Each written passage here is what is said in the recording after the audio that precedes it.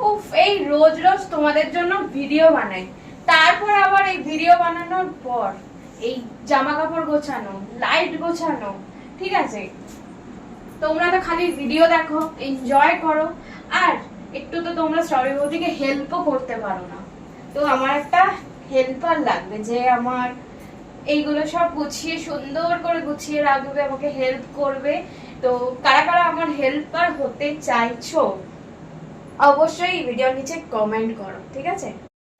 উফ, এই রোজ রোজ তোমাদের জন্য ভিডিও বানাই, তারপর আবার এই ভিডিও বানানোর পর এই জামা কাপড় গোছানো, লাইট গোছানো, ঠিক আছে?